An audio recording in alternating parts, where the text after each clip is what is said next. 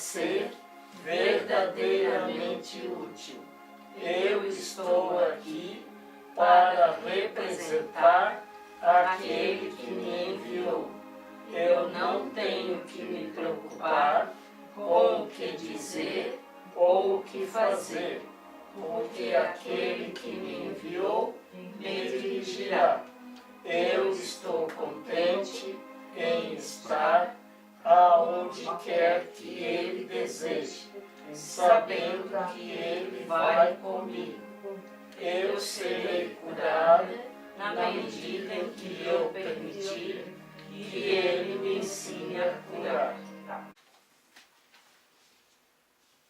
Então, capítulo 1, significado dos milagres, o terceiro, expiação e milagres, nono parágrafo, na página 11. Milagres são seletivos só no sentido de que são dirigidos para aqueles que podem usá-los para si mesmos. Já que isso faz com que seja inevitável que eles os estendam a outros, é soldada uma forte cadeia de expiação. Todavia, essa seletividade não leva em conta a magnitude do milagre em si, porque o conceito de tamanho existe em um plano que é em si mesmo irreal.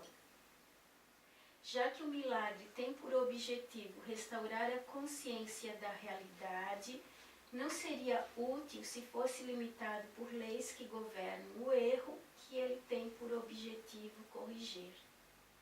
É assim, o milagre nunca se perde. Então, aquele que recebe o milagre, ele recebe para si mesmo.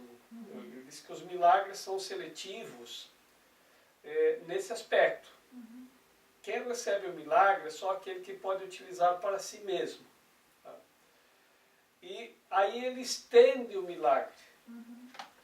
E esse milagre ele se estende e vai formando uma cadeia de expiação. Isto significa o seguinte, que quando você recebe o milagre, você recebe uma cura na tua mente.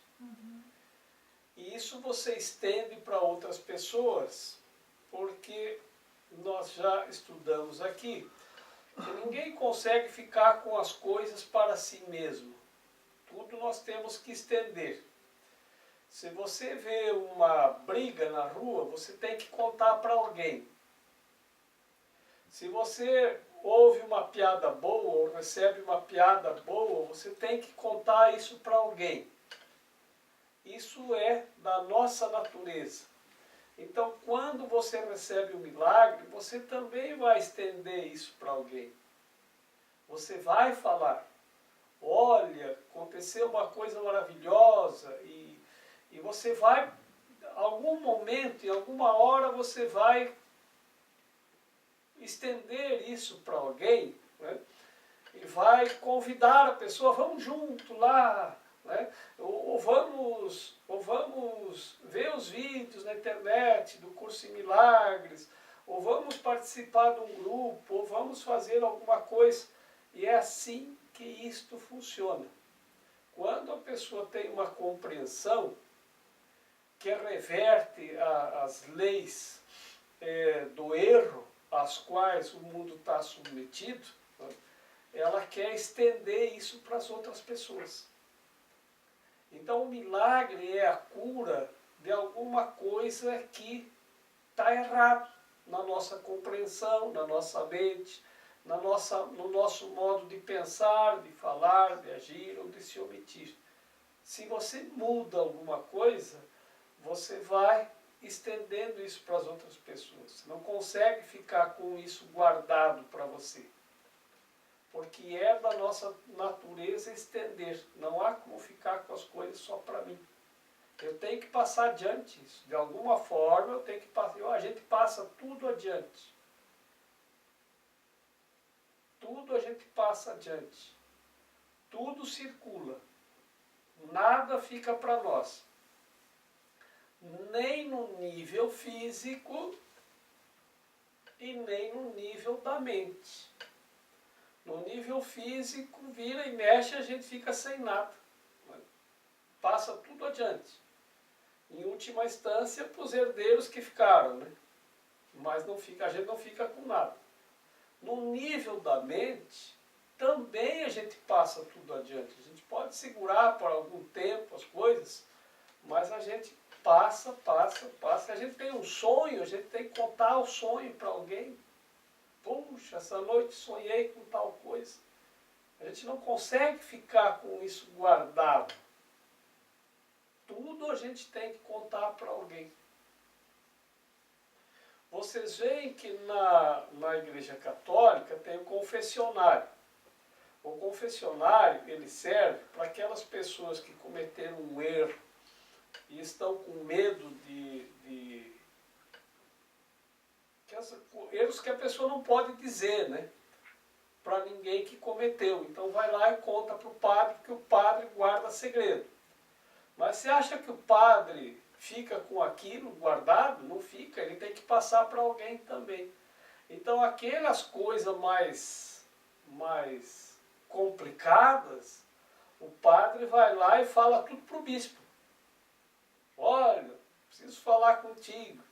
Ah, porque eu ouvi uma pessoa assim, não estou aguentando. Quando ele passa para frente, ele alivia aquela carga que ele está segurando, aquele problema que a pessoa contou para ele que é muito grande. Aí quando chega no bispo, já chega mais leve. Se o bispo não conseguir, ele vai lá e confessa para outro bispo. E assim eles vão diluindo aquilo. Estou falando de uma coisa que seria algo difícil da pessoa carregar só consigo. Ela tem que contar para alguém. Por isso que as pessoas contavam um segredo para o amigo. E o amigo não conseguia guardar o segredo, que ele precisa contar para alguém também. E aí o segredo acabava vazando. Desta forma, o milagre funciona assim também.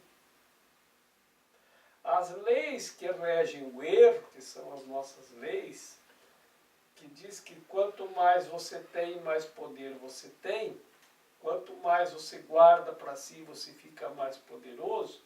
Essas leis que regem o erro, elas não podem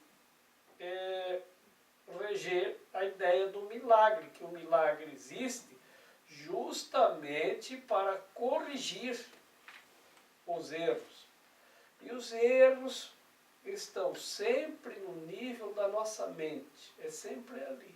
É um pensamento errado, é uma palavra errada, é uma ação errada ou equivocada, e é isso que traz as consequências para a gente. Porque cada coisa que nós fazemos errado tem uma consequência. Em algum momento, em algum nível, nós vamos ver que isso tem uma consequência para a gente.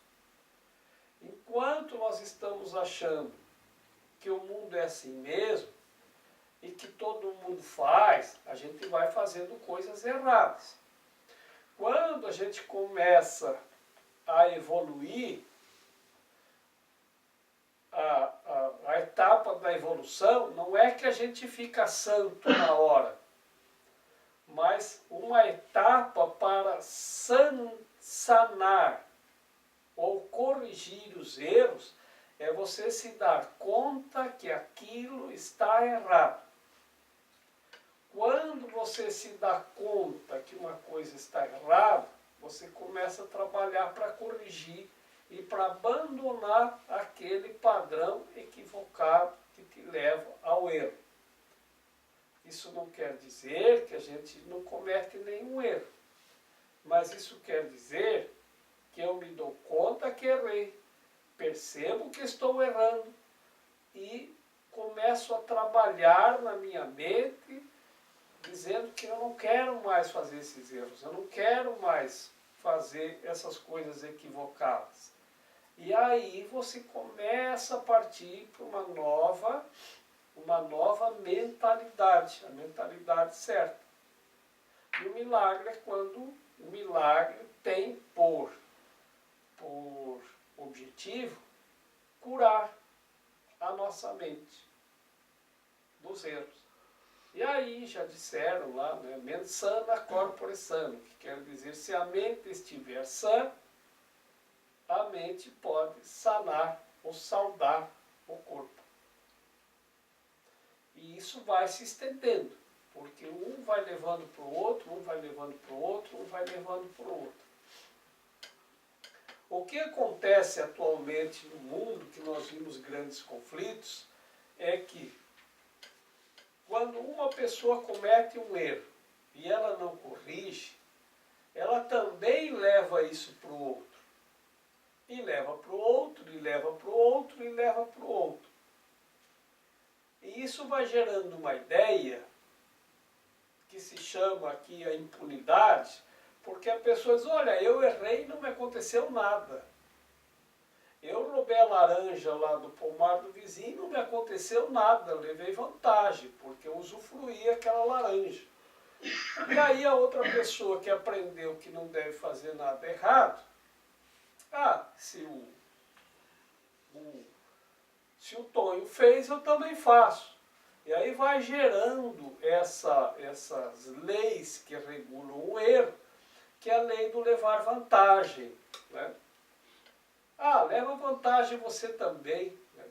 Levar vantagem você só consegue se outra pessoa ficar em desvantagem. Isso é o erro. Mas como isso virou uma cultura popular, hoje todo mundo está, praticamente grande parte das pessoas, então está levando esta mensagem para os outros. Se o político faz, eu também faço. Se não sei quem faz, então eu também vou fazer.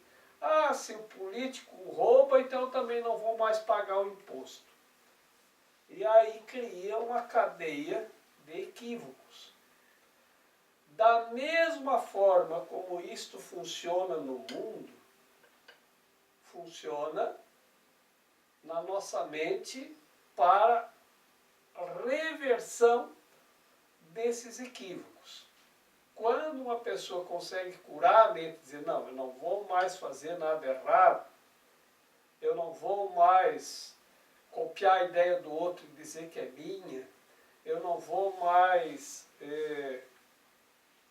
copiar um CD para tirar o direito autoral da outra pessoa, ou não vou mais, enfim, né? Cometer equívocos em todas as possibilidades que tem, ela começa a estender isso para o outro, porque o outro vê que é possível ficar sem isso, que é possível fazer as coisas corretas. E isso vai gerando uma forte cadeia de expiação, porque expiar é desfazer os erros e os equívocos. É para isso que o milagre funciona.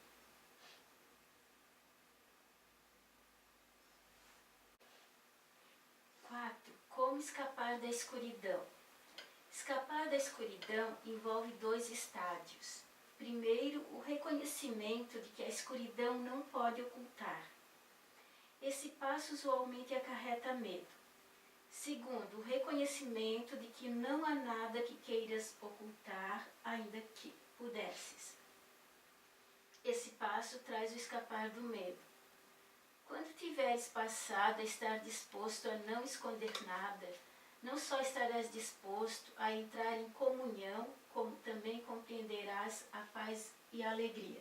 Aqui o primeiro estádio que ele diz que o reconhecimento que a escuridão não pode ocultar é que ela jamais, a gente tem que reconhecer que ela jamais ocultará a luz. Então, mesmo que a gente, quer dizer, a gente está no... É que ela não oculta os erros. Não oculta os erros. Que a gente tenta ocultar os erros na escuridão. Eu tive um aprendizado interessante uma vez, que foi assim. Em Curitiba, eu morei lá, e tinha uma pessoa em Curitiba que ela se tornou muito conhecida. Que ele andava com um manto branco e passava o dia inteiro no centro da cidade carregando uma cruz de madeira bem grande, de um lado para outro, o dia inteiro. E aí ele dizia que ele era a reencarnação de Jesus e o nome dele era Henri Cristo. Bom, ele começou sozinho carregando a cruz, dali um pouco ele tinha alguém lá já com um manto branco também seguindo ele. Quando se viu já tinha lá umas 10 pessoas atrás dele, para cima e para baixo. Ele fundou uma igreja em Curitiba para estar cheio de seguidores. Aí uma vez, a gente achava aquilo meio louco assim, né? E, enfim, ele uma vez, eu vi ele muitos anos depois dando uma entrevista na televisão. E a pessoa que estava entrevistando ele perguntou, né, como que começou essa ideia dele fazer essa igreja, de não sei o quê, porque ele começou carregando a cruz. E ele disse, não, isso não foi sempre assim. Porque antes disso, eu andava na gandaia, dormia com prostituta, não sei o quê, e foi despejando todos os pecados que ele cometeu. E aí, quando eu vi aquilo, mas o cara está queimando a ficha dele, ele mesmo, né? Porque se ele está lá com seguidores, que fica carregando a cruz de um lado para outro, né? E agora o cara vem e fala isso na televisão, os seguidores dele vão embora, né? Eu vou ficar seguindo um cara aí que diz que dormiu com prostituta, que vivia na noite, na gandaia, no não sei o quê. Então, quando algum tempo depois eu comecei a estudar o curso em Milagres e li esse parágrafo, eu entendi. O cara estava certo. Porque o primeiro passo é o medo de que a escuridão não pode ocultar. Isso gera medo. Por quê? Porque a gente tenta esconder os nossos erros e os nossos pecados na escuridão, para ninguém saber que eu fiz uma coisa errada. O segundo passo é a liberação. É você se dar conta que a escuridão não pode ocultar. E aí o que acontece? O que pode acontecer com essa pessoa se ele está lá na igreja dele, fazendo lá a pregação dele, de repente chega uma moça lá e grita lá de trás, tu não é aquele cara que dormia com prostituta, você ficou me devendo 100 reais. Né? Pronto, aí teria acabado com a trajetória dele. Porque ele não ia conseguir explicar isso. E todo mundo ia olhar para ele e dizer o quê? Tu fez isso e agora está aqui se fazendo de bonzinho, dando sermão e dizendo para as pessoas o que pode e o que não pode fazer. Aí acabava com ele. Então, como a escuridão não pode ocultar, então não tenho nada para esconder. Agora, quem que pode acusar ele de que ele fez alguma coisa errada? Ninguém. Porque isso já é público. Se alguém for lá e dizer, olha, não é aquele cara, era eu mesmo. Me converti, agora estou aqui. Pronto. Aí estende a ideia de que você pode errar, tudo bem, mas que você pode converter ou reverter, fazer a reversão ou a conversão, e você pode, então, confessar os teus pecados publicamente, né? E dizer, sim, errei, mas eu corrigi. E você pode corrigir também.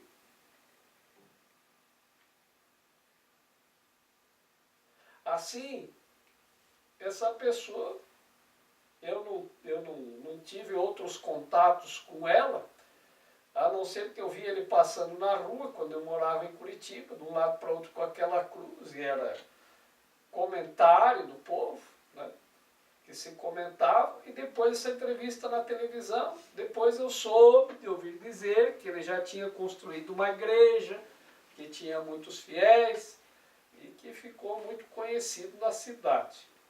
Assim, quando a gente vê uma coisa dessas, a gente tem um aprendizado.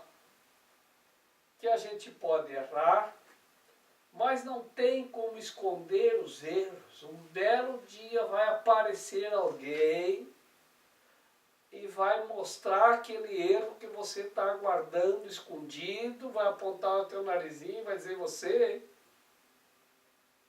agora está dando uma de bonzinho.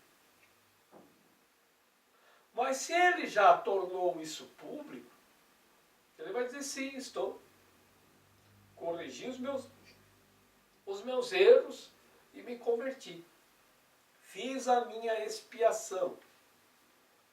E isto, quando se estende essa ideia de que é possível a expiação e a correção, e de que a escuridão não pode esconder, revela o milagre da compreensão que você teve. Então não tem que esconder mais nada. E aí você alcança a paz e a alegria. Porque não tem nada que possa te atacar, porque não tem nada escondido. Não tem nada que possa te fazer infeliz, porque não tem nada escondido. Essa ideia de esconder, ela gera o medo e a separação.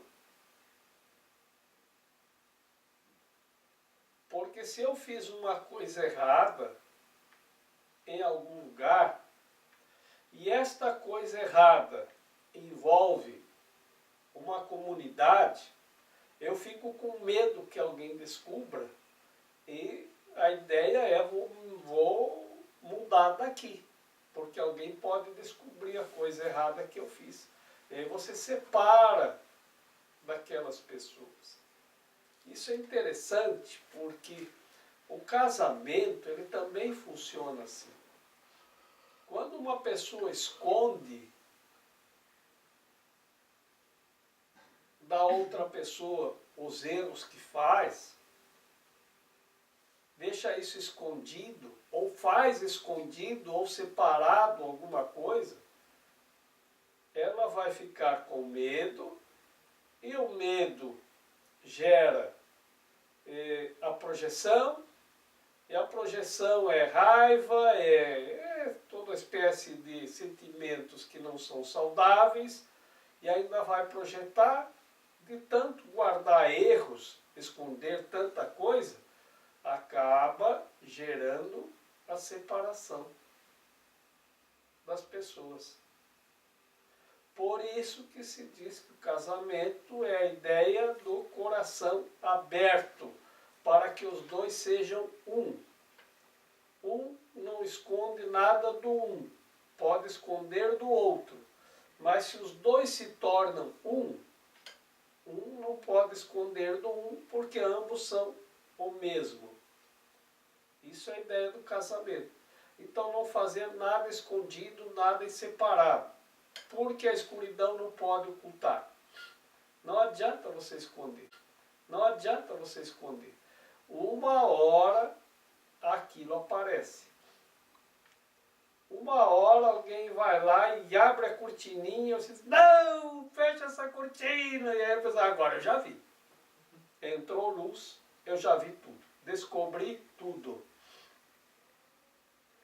Esse medo de que a escuridão não pode ocultar, isso é terrível. É essa ideia que está sendo, então, trabalhada para motivar-nos à correção dos erros.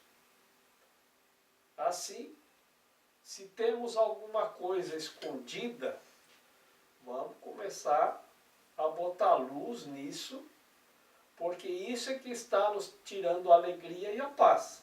E a promessa é, abriu, você vai entrar no estado de paz e de alegria. Bota a luz, deixa todo mundo ver. Não tem por que esconder. Não tem por que esconder isso. Não há como. O que eu estou querendo esconder dos outros? Porque não adianta. Então abre.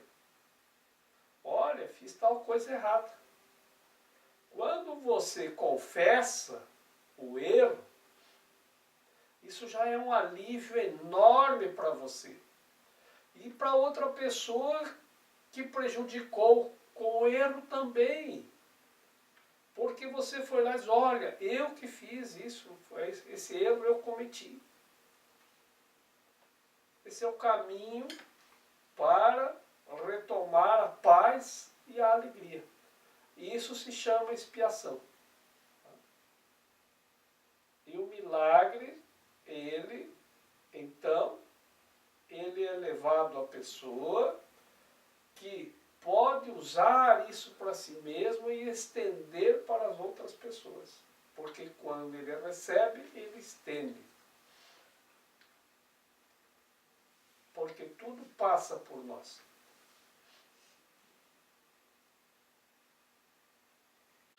Não adianta você esconder. Uma hora aquilo aparece.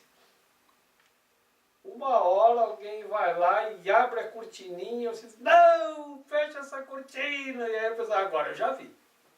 Entrou luz, eu já vi tudo. Descobri tudo. Esse medo de que a escuridão não pode ocultar, isso é terrível. É essa a ideia que está sendo, então, trabalhada para motivar-nos à correção dos erros. Assim, se temos alguma coisa escondida, vamos começar a botar luz nisso, porque isso é que está nos tirando a alegria e a paz. E a promessa é, abriu, você vai entrar no estado de paz e de alegria. Bota a luz, deixa todo mundo ver. Não tem por que esconder. Não tem por que esconder isso. Não há como. O que eu estou querendo esconder dos outros? Porque não adianta.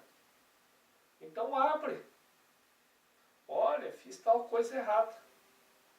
Quando você confessa o erro, isso já é um alívio enorme para você.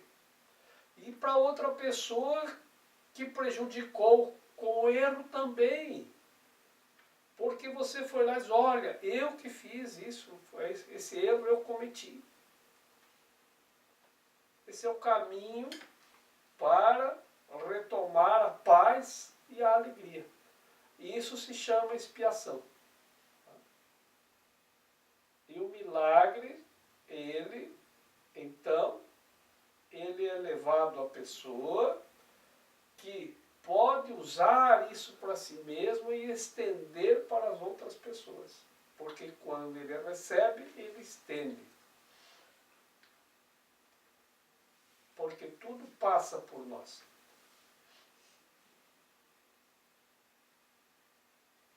A santidade nunca pode estar realmente oculta na escuridão, mas pode enganar a ti mesmo a esse respeito. Esse engano faz com que fiques amedrontado, porque reconheces no teu coração que é um engano e fazes enormes esforços para estabelecer a sua realidade. O milagre põe a realidade onde ela deve estar. A realidade só pode estar no espírito, e o milagre reconhece só a verdade. Assim dissipa ilusões sobre ti mesmo e te coloca em comunhão contigo e com Deus.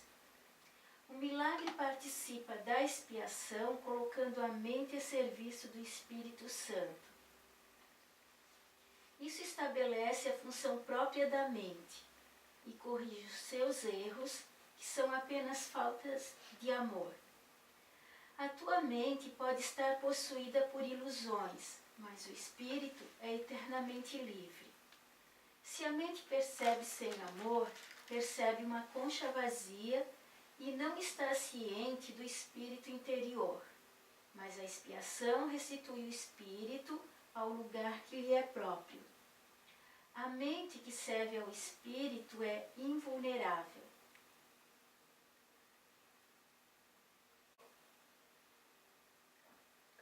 A mente que percebe sem amor percebe uma concha vazia. O que quer dizer isso, Raquel? É que quando a gente percebe tudo à nossa volta, no nosso relacionamento com as outras pessoas, e mesmo as outras pessoas a gente não está sentindo amor naquele momento, a gente não vai ver o ser interior que aquela pessoa é, o Filho de Deus, ou que é uma pessoa igual a mim. Eu vou estar apenas vendo não sei o que, vou estar vendo... Não vai estar vendo. Uma coisa separada de mim, como se não fizesse parte de mim, está separado. Então, quando eu estou ciente do Espírito, eu vou ver a outra pessoa como unida a mim, e qualquer coisa mesmo, como sendo uma unidade. A concha vazia, quando é a concha de pegar feijão, né? Uhum. E a Aí tem que barriga pegar o ver a feijão. concha vazia. Você percebe a concha vazia, não percebe o nutriente que é o feijão, né? Uhum. E se for a concha do mar, você vê a concha e não vê a pérola. A questão é que a gente sabe isso teoricamente, mas na prática mesmo, a maior parte do tempo acredito que nós estamos vendo uma concha vazia à nossa volta, ou em tudo, porque é bem fácil esquecer do espírito. Quando se trata de olhar para outras pessoas, a concha vazia significa que você está vendo só a casca. a casca. Só o físico. Não consegue perceber o conteúdo, A não essência. consegue perceber a pérola interior, que é o espírito. Então o milagre, ele recoloca tudo no seu lugar. A função do milagre é trazer a tua mente de volta para a realidade. E a única realidade é o espírito. Assim, se nós não conseguimos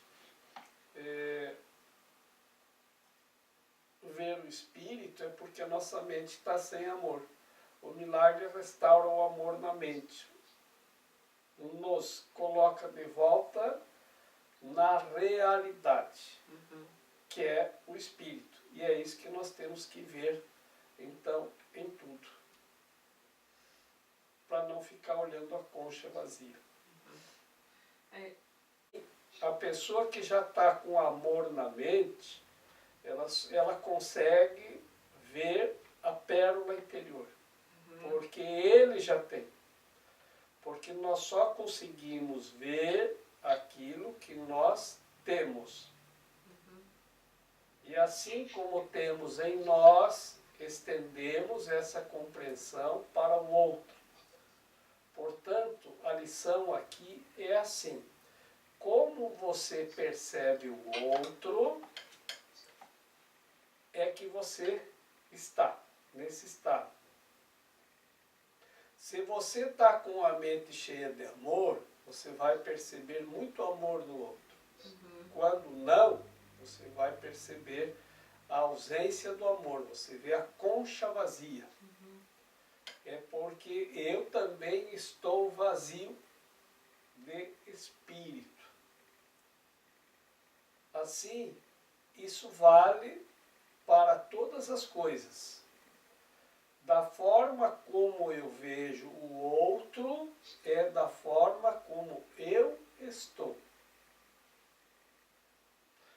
Nesse sentido, nós podemos compreender aquilo que é muito dito por aí, que o outro é o meu espelho.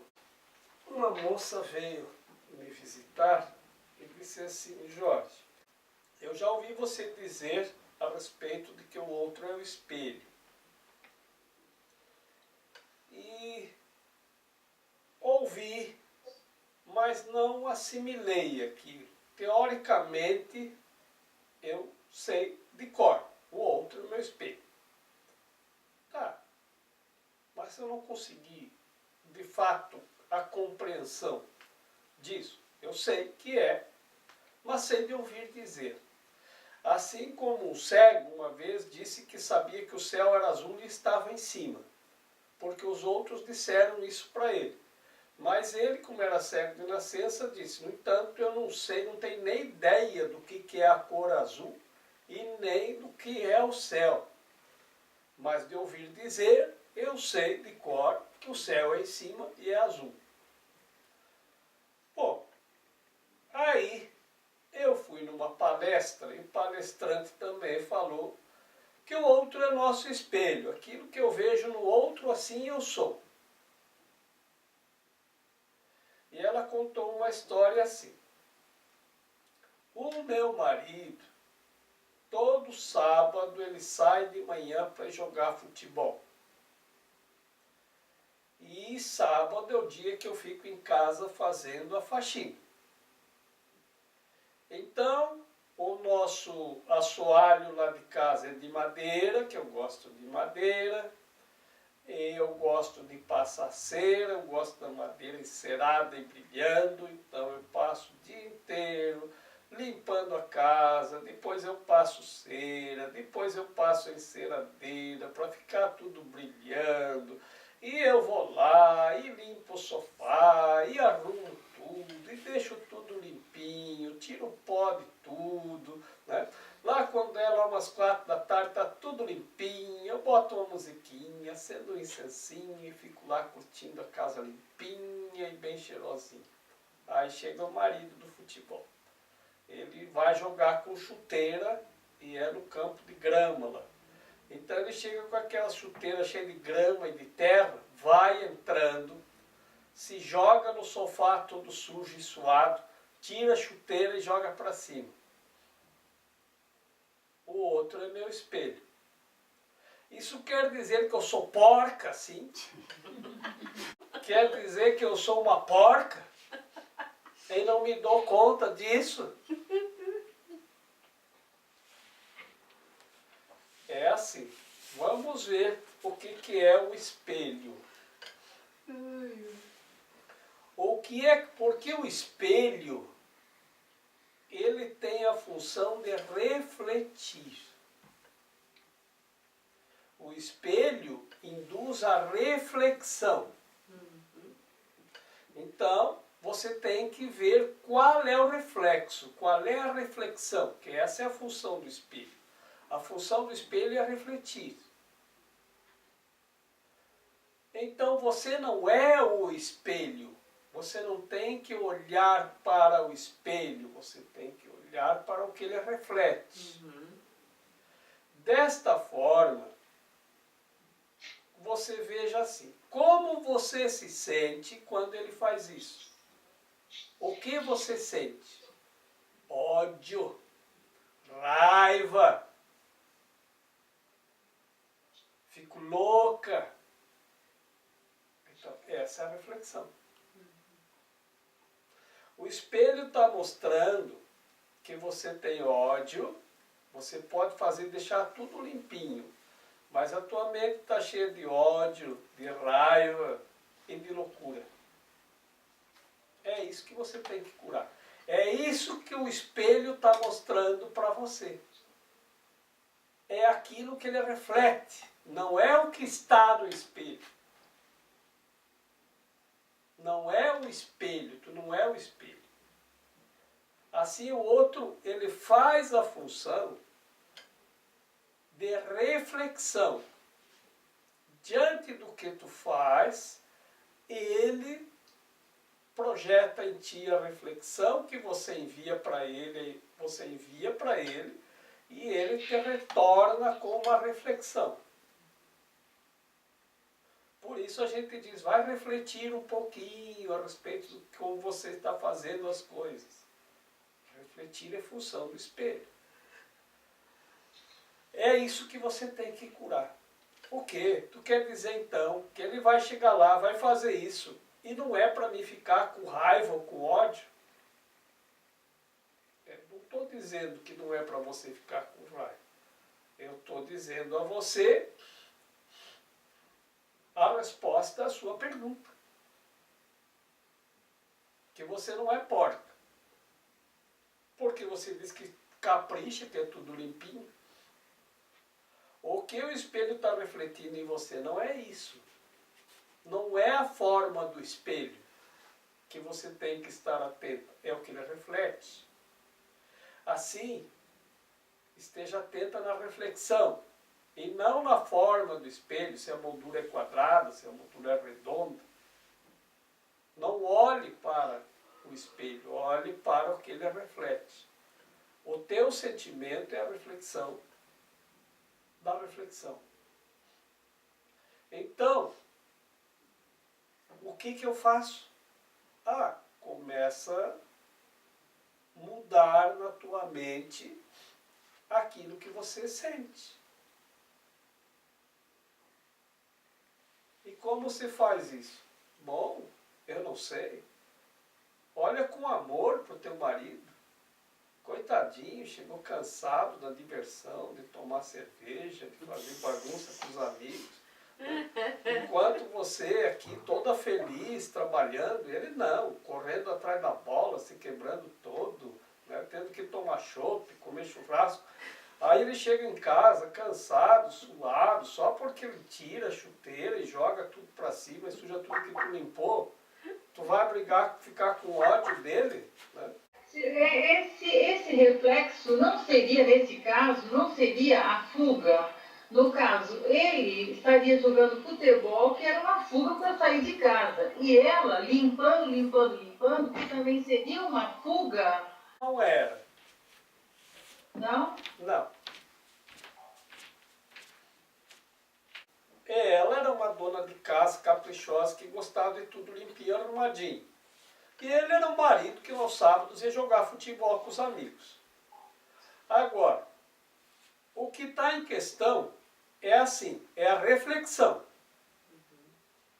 E é isso que ela tinha que curar. Então, eu disse para ela, começa a olhar com amor para o teu marido, porque se a função do espelho é refletir, e todos temos uma função, a função da esposa é olhar com amor para o marido.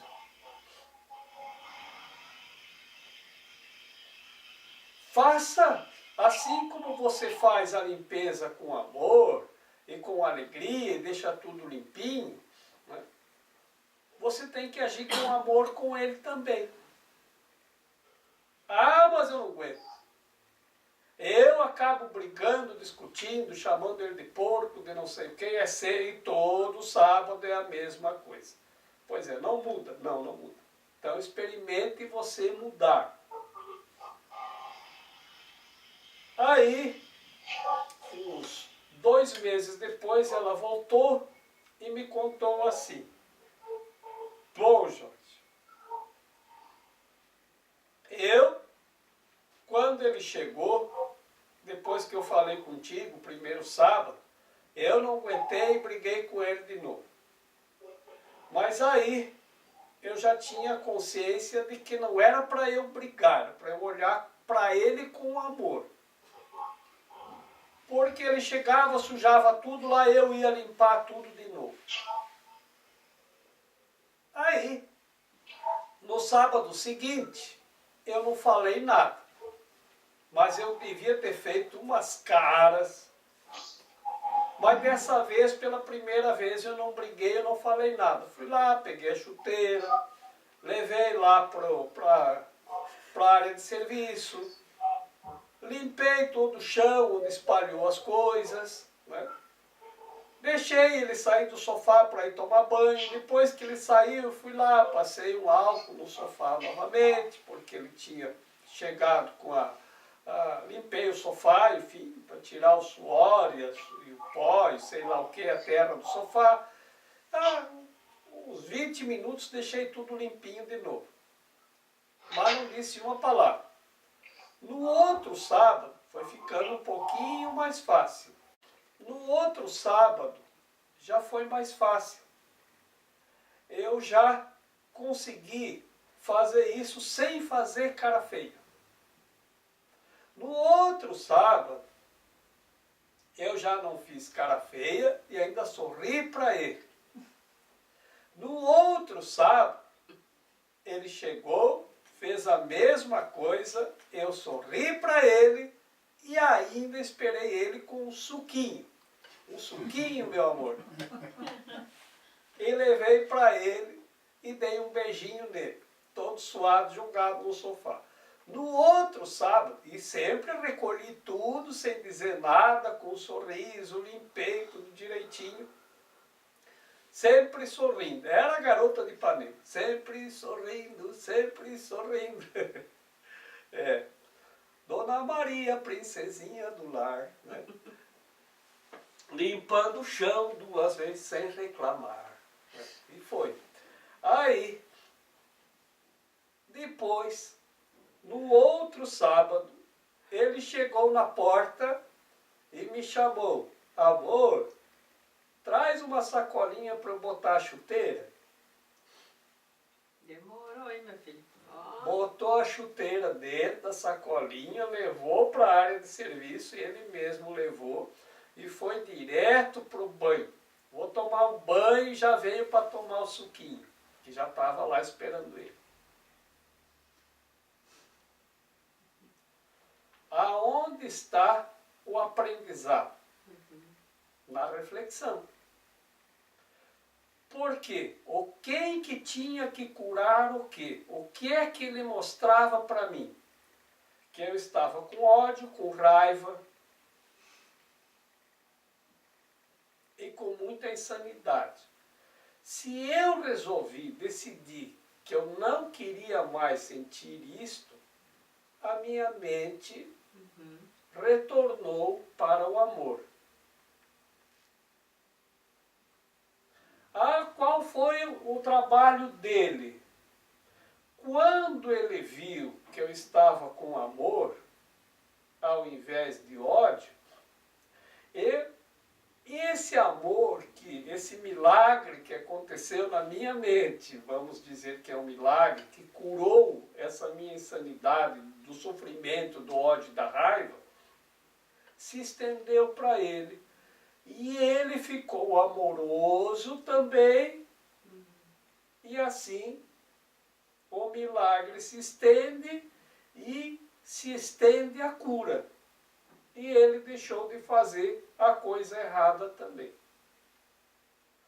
Quando você reverte na tua mente o erro, você estende a expiação para outra pessoa. Isso vai formando uma forte cadeia de expiação. Essa é a função do milagre. Muitas vezes nós queremos que o milagre tenha tamanho.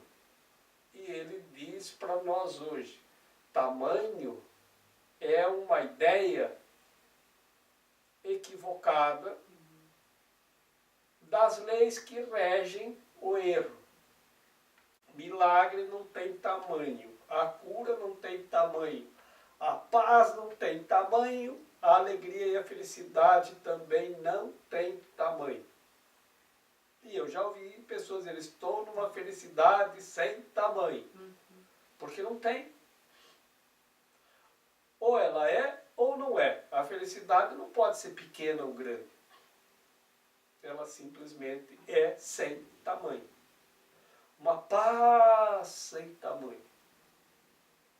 Assim, quando nós trabalhamos com a ideia do espelho, quando nós compreendemos que nós projetamos no espelho e o espelho nos devolve, porque o que ela fez? Ela projetou a raiva nele e ele reforçou a raiva dela.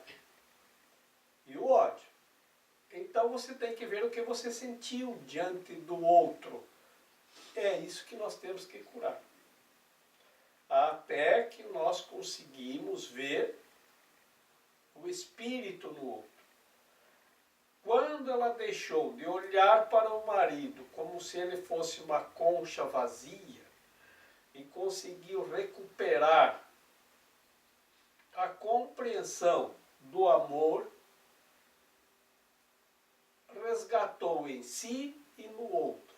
Isso é um milagre que se estende. Provavelmente, esse milagre ele vai se estender para muitas pessoas. Porque quando a pessoa tem uma compreensão, ela estende essa compreensão para os outros. E assim vai formando uma forte cadeia de expiação. Quantas pessoas no planeta já curaram alguma coisa em função do que aconteceu com essa pessoa que conseguiu curar? Porque quantos depois disso receberam essa compreensão, o milagre pronto já? Então é assim. Como a gente sente, quer dizer, qual o sentimento.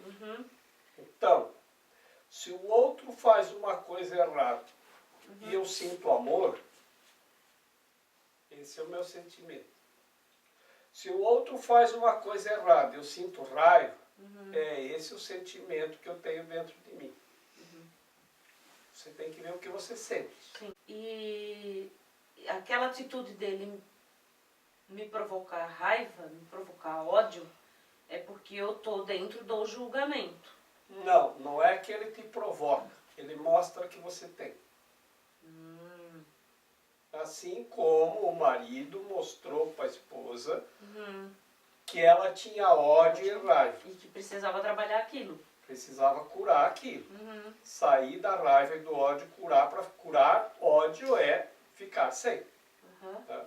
Curar a doença é ficar sem a doença. Curar a dor de cabeça é ficar sem a dor de cabeça. Sim. Então curar o ódio é ficar sem o ódio. Né? Sem a raiva. Sem a mágoa. Não é a provocação, ela não é uma prova para ver. Ele é uma reflexão. Tá? Então, o deputado fez uma coisa errada. Agora está na moda, né? Eles estão mais alto que nós, eles estão aparecendo e nós não, né? Então, o que você sente quando você sabe que você está pagando imposto e a pessoa está lá levando teu dinheiro para a Suíça? Aí você tem que ver. Se você sente raiva, você tem que curar a tua raiva. Tá?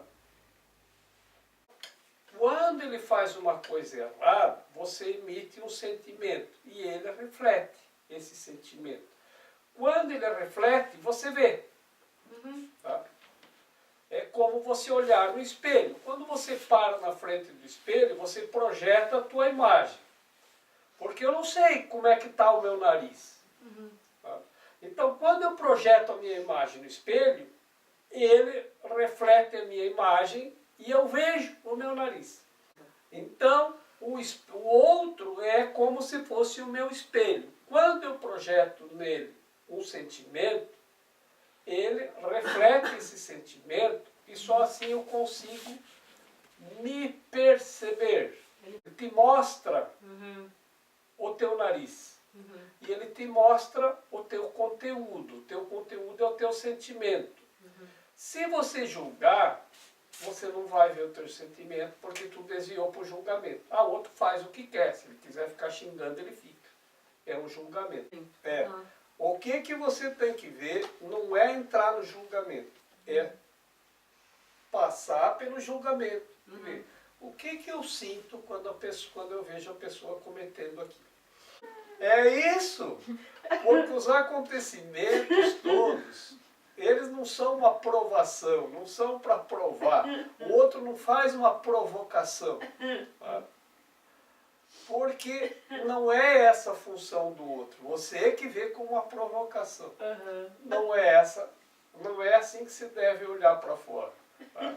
Porque lá fora, se você vê uma provocação, é porque você tem esse sentimento em você. Coisa para a gente perceber assim como é o sentimento.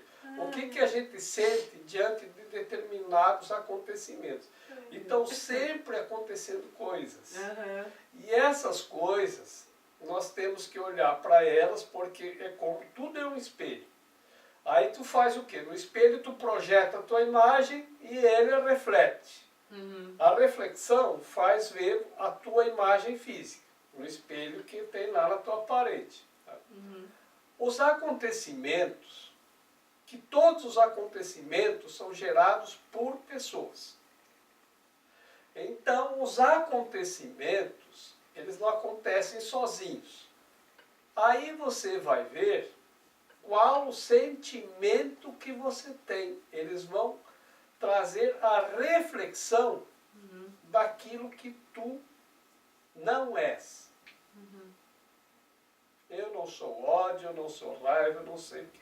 Quando você tirar tudo isso que você não é, porque esses espelhos são falsos também, e vão mostrar uma coisa que tu não és, aí vai aparecer o que tu realmente és, que é o Espírito. E o Espírito é puro amor. Aí quando nossa mente está nesse estado de amor, a gente não vai mais ver a concha vazia. Aí a gente vai ver a pérola em tudo que aí está. Mas se tens culpa, é porque tens alguma coisa errada. Porque a culpa só vem de algum erro. É isso que nós temos que curar. Uhum. Porque a gente não pode sentir culpa. Uhum. Não Embora pode sentir tristeza. Função do espelho. Uhum. Agora entendemos a função do espelho. Sim. Alguém mais quer perguntar alguma coisa? Terceiro parágrafo. A escuridão é falta de luz, assim como o pecado é falta de amor. Não tem propriedades exclusivas em si mesma. É um exemplo da crença na, entre asas, escassez, da qual só o erro pode proceder. A verdade é sempre abundante. Aqueles que percebem e reconhecem que têm tudo, não têm necessidades de espécie alguma. O propósito da expiação é restituir tudo a ti, ou melhor, restituir tudo à tua consciência. Tudo te foi dado quando foste criado, assim como a todos. Lindo isso. Realmente é muito lindo. Tudo já foi te dado quando foste criado. A ideia é restituir tudo a ti. Por quê? Porque você é que se abstém de tudo que te foi dado. Aquele que tem tudo não precisa de coisa alguma, nem de nada. Eu estava em casa, estava meio triste. Aí disse, quer saber? Acho que eu vou lá no shopping ver se compro alguma coisa, para me alegrar um pouquinho. O que eu fiz?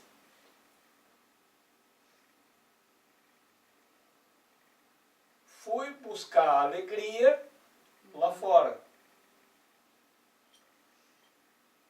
Fui justificar a tristeza com uma falta de alguma coisa que eu pudesse comprar, que pudesse me dar alegria. Aquele que tem tudo não tem falta. Aquele que está completamente alegre e em paz e feliz não precisa de mais nada. Porque todas as coisas que nós podemos perceber aqui são substitutos para a nossa paz e para a nossa alegria. São substitutos que nós elegemos para substituir, mas não substituem. Porque não tem nada que possa ser comprado, que possa restituir a paz e a alegria na mente. Tudo que nós compramos com o nosso dinheiro são para sanar uma falta. E nós temos muitas faltas. Falta isso, agora falta aquilo, agora falta não sei o quê. E todas as faltas são decorrentes da nossa escassez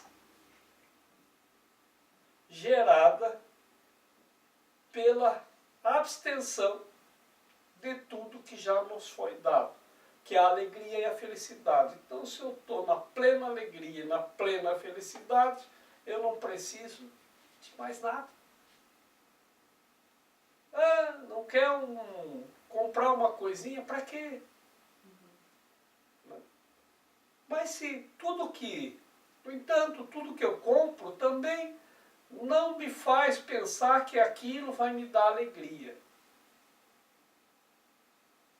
Por isso que eu tenho dito aqui que o melhor investimento que a gente faz para o dinheiro é para encontrar o caminho que nos restitui a alegria e a felicidade verdadeira. Esse é o melhor investimento que temos para o nosso dinheiro. Não é substituir por compras de coisas. Não que não possamos tê-las. Quando eu vejo uma coisa que me interessa, que eu acho bonito, que eu gosto, eu compro. Isso não significa que não possa ter as coisas. Mas julgar que isto é que vai me dar alegria e felicidade, não. Mas não significa que eu não possa gostar de todas as coisas. Só que a falta ou a escassez de uma coisa não pode me levar à tristeza. Ah, porque agora está me faltando isso, então eu estou triste porque não tenho tal coisa. Ou porque tal pessoa não está perto de mim, que eu queria que ela estivesse. Ou porque não tenho isso ou aquilo, ou seja lá o que for. A escassez nos leva a acreditar que nós vamos recuperar a alegria através de alguma coisa no mundo. Aquele que já tem tudo, não pode faltar nada. A alegria é tudo, a felicidade é tudo e a paz é tudo. E o resto é escassez. E a escassez é nada. Quarto, o vazio engendrado pelo medo tem que ser substituído pelo perdão. É isso que a Bíblia quer dizer com não existe morte. Então, entre asas, não existe morte. E é por isso que eu pude demonstrar que a morte não existe.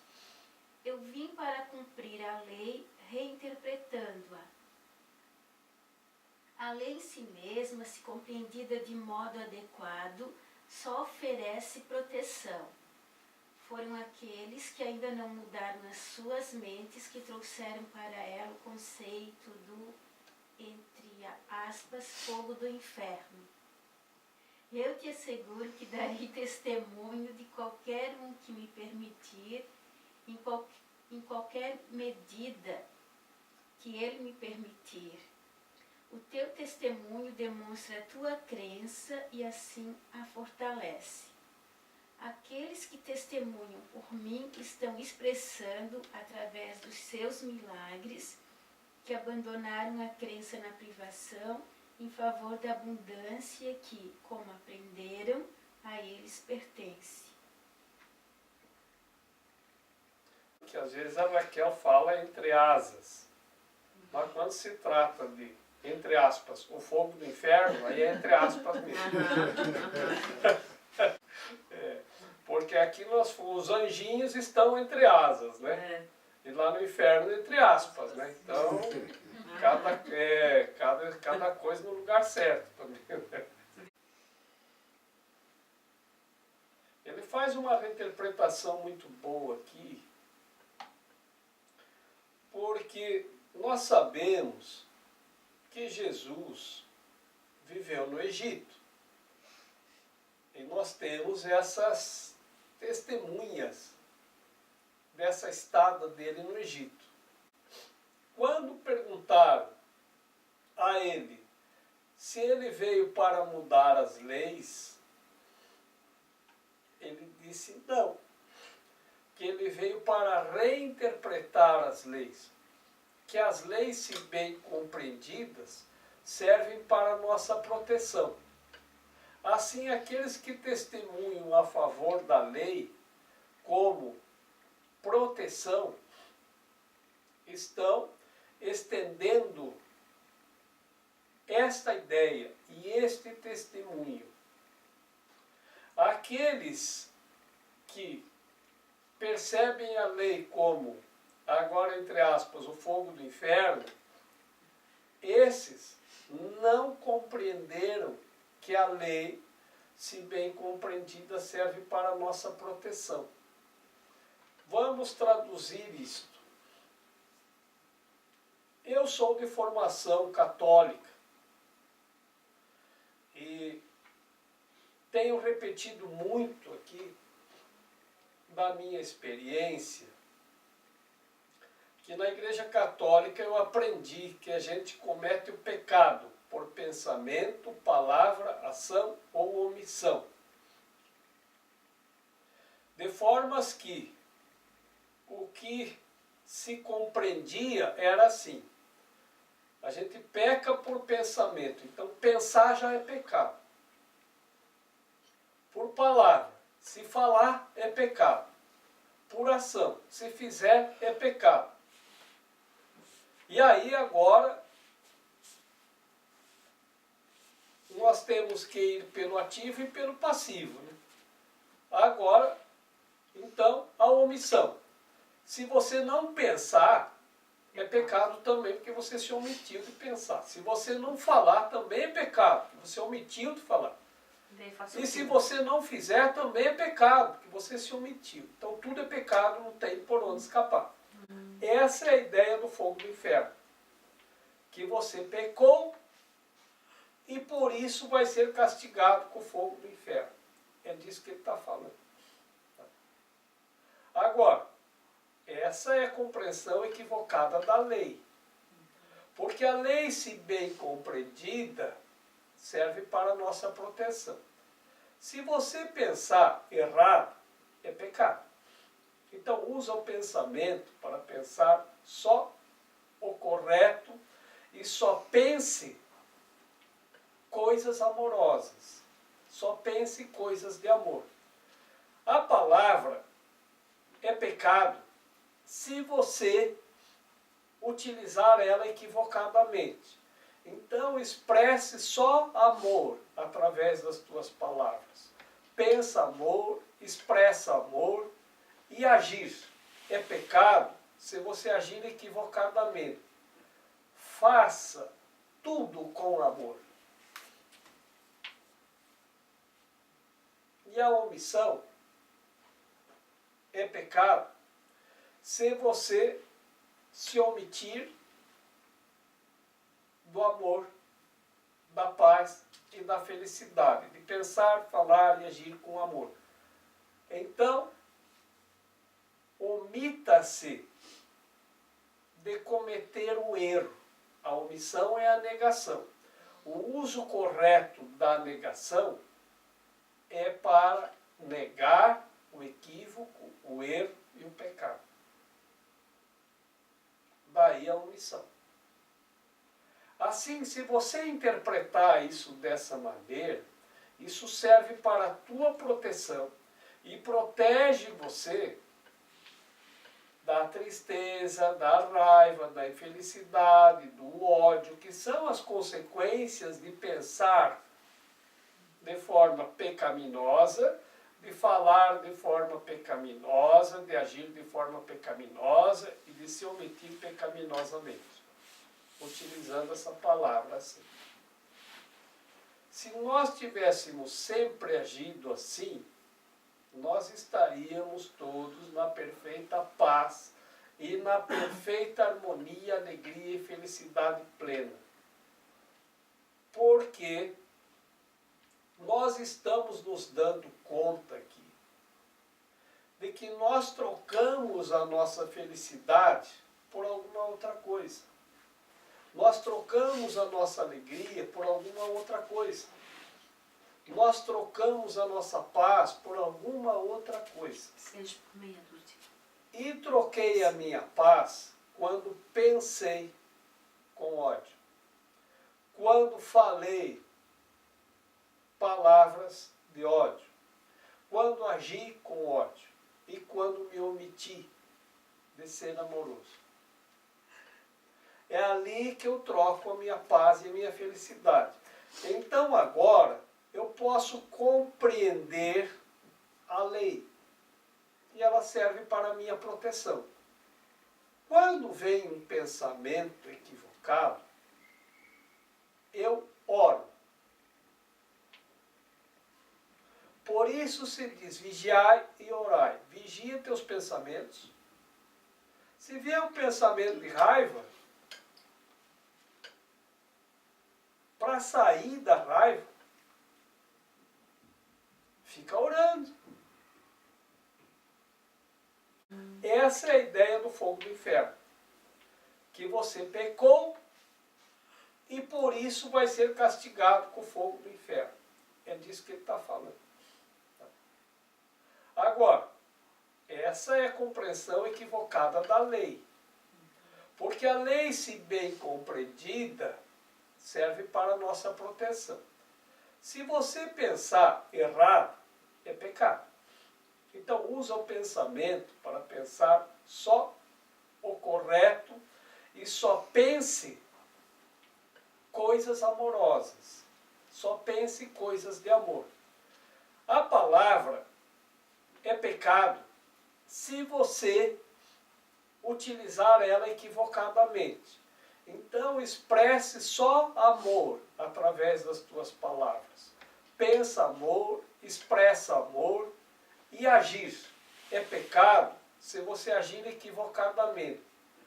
Faça tudo com amor. E a omissão é pecado se você se omitir do amor, da paz e da felicidade, de pensar, falar e agir com amor. Então, omita-se de cometer o erro. A omissão é a negação. O uso correto da negação é para negar o equívoco, o erro e o pecado. Daí a omissão. Assim, se você interpretar isso dessa maneira, isso serve para a tua proteção e protege você da tristeza, da raiva, da infelicidade, do ódio, que são as consequências de pensar de forma pecaminosa, de falar de forma pecaminosa, de agir de forma pecaminosa e de se omitir pecaminosamente, utilizando essa palavra assim. Se nós tivéssemos sempre agido assim, nós estaríamos todos na perfeita paz e na perfeita harmonia, alegria e felicidade plena. Porque nós estamos nos dando conta aqui de que nós trocamos a nossa felicidade por alguma outra coisa. Nós trocamos a nossa alegria por alguma outra coisa.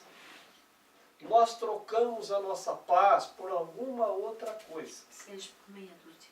E troquei a minha paz quando pensei com ódio. Quando falei palavras de ódio. Quando agi com ódio. E quando me omiti de ser amoroso. É ali que eu troco a minha paz e a minha felicidade. Então agora eu posso compreender a lei. E ela serve para a minha proteção. Quando vem um pensamento equivocado, eu oro. Por isso se diz, vigiai e orai. Vigia teus pensamentos.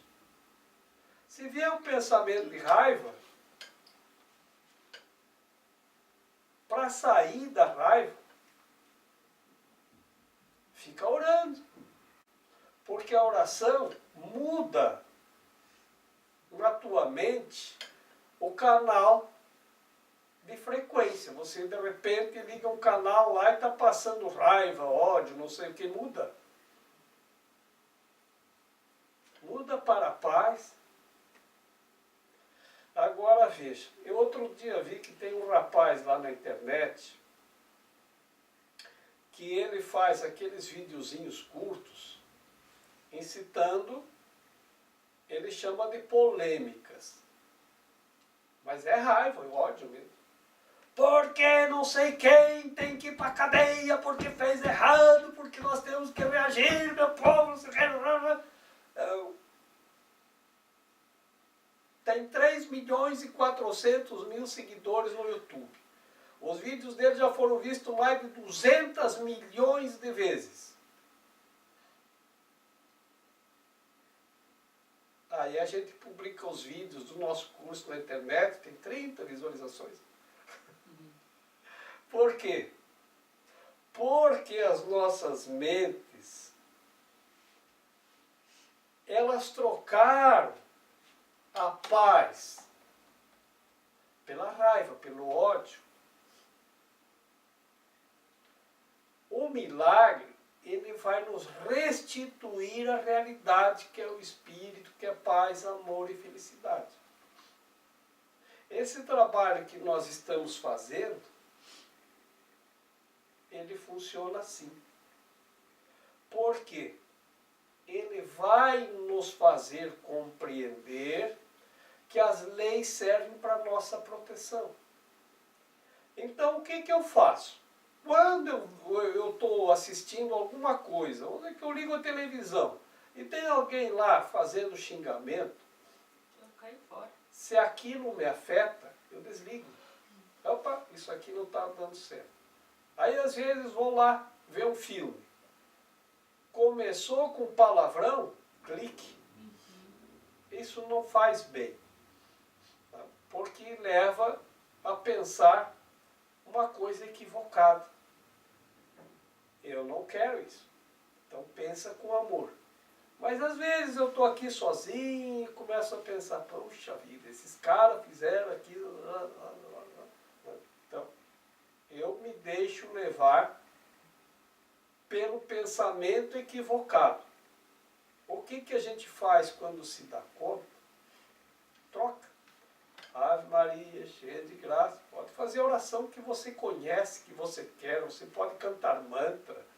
Você pode cantar, pode dizer a oração do curso em milagres. Eu estou aqui só para ser verdadeiramente útil. Pode dizer, eu não quero pensar desse jeito. Então vigia os teus pensamentos. E se tiver algum pensamento equivocado, orai. É vigiar e orai. Assim você vai corrigindo. E aí você vai compreender que quando você pensa de forma equivocada, isso traz consequências para você. Você vai ficar doente. Você vai passar mal com aquilo. Você não vai estar em paz, feliz e alegre.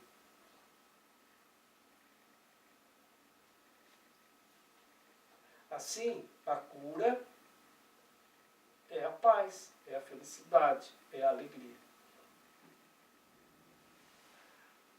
A partir daí, você começa a pensar em todas as leis. Se bem interpretadas, servem para a nossa proteção. Apenas para isso. Eu estou protegido se eu pensar com amor, se eu falar com amor, se eu agir com amor e negar a ausência de amor. Protegido da raiva, do medo, da angústia. Porque os equívocos engendram medo, e o medo, ele gera raiva, ódio, angústia, depressão, estresse, e aí por diante. Infelicidade, ausência de paz, tudo isso. E é disso que nós temos que nos proteger. Isto, aí nós vamos descobrir que a escuridão não pode ocultar a nossa santidade, como está no parágrafo anterior. Porque nós jogamos toda essa escuridão em cima da nossa santidade, achando que ela pode ocultar também a nossa santidade. Também é um equívoco, também não pode, não oculta. Porque a nossa santidade é a luz. Você pode colocar uma nuvem na frente do sol e acreditar que a nuvem pode ocultar a luz. Mas não pode. O sol está lá.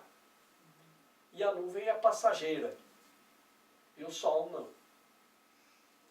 Assim que a nuvem passar, o sol volta a brilhar.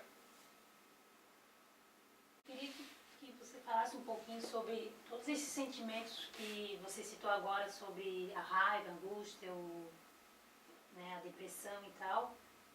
Esse sentimento a gente sente geralmente por alguma coisa ou por alguém. Como que se encaixaria aí o perdão? Queria que você falasse um pouquinho sobre o perdão. Que quando a gente fala expiação, expiar é desfazer. O perdão é que desfaz. Entendi. Tá? Expiação é um milagre, ele envolve o milagre da cura, envolve a expiação. E a expiação, ela envolve a questão do perdão. Assim, quando nós conseguimos perdoar, nós restauramos a alegria, a felicidade e a paz. E é assim que nós vamos trabalhando. Esse livro, ele pode ser dito também que ele é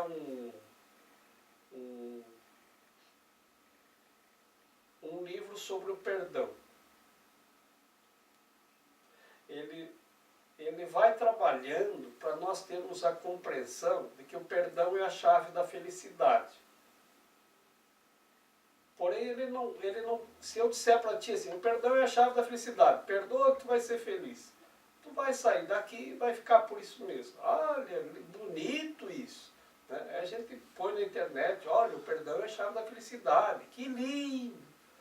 Mas não fez nada, porque você não sabe qual é o processo do perdão.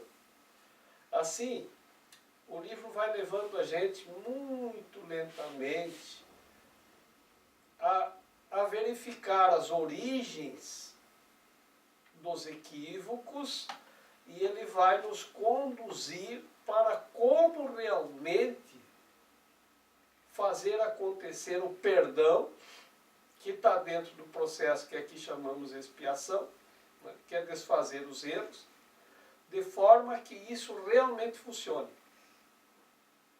Porque chegar para vocês, me perdoa aí, tá? E aí você vai embora, você pediu perdão, eu não vou perdoar coisa nenhuma essa pessoa, então às vezes o perdão não acontece, porque é só da boca para fora. Então não adianta a gente saber a teoria.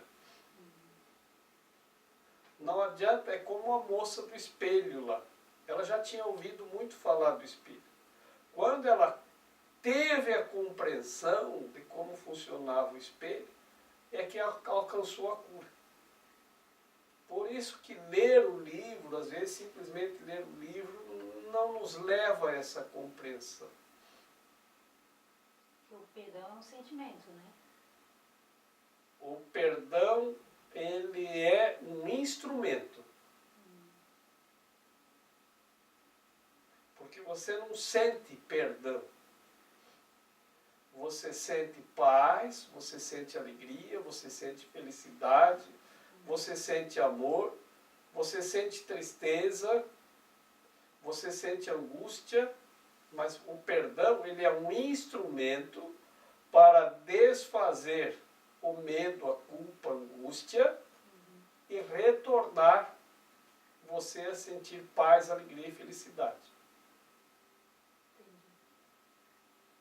Se você decidir continuar conosco, se você gostar, nós vamos falar muito sobre o perdão aqui.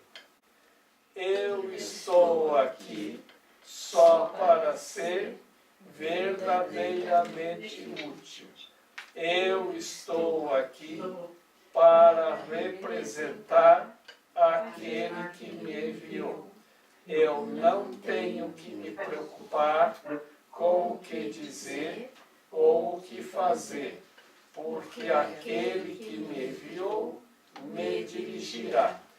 Eu estou contente em estar aonde quer que Ele deseje, sabendo que Ele vai comigo. Eu serei curado na medida em que eu permitir que Ele me ensine a curar.